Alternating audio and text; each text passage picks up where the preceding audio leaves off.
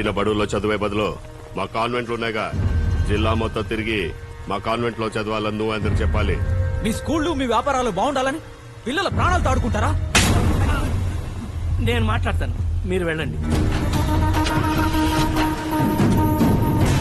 పిచ్చామన్నా ఎక్కిద్దా?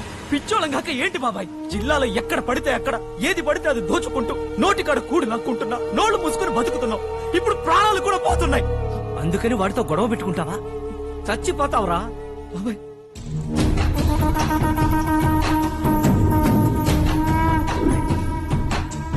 అన్నా, ఈ రిపోర్టర్లు ఈర్లపాడు జంక్షన్ దగ్గర బస్సులో దొరికారన్నా.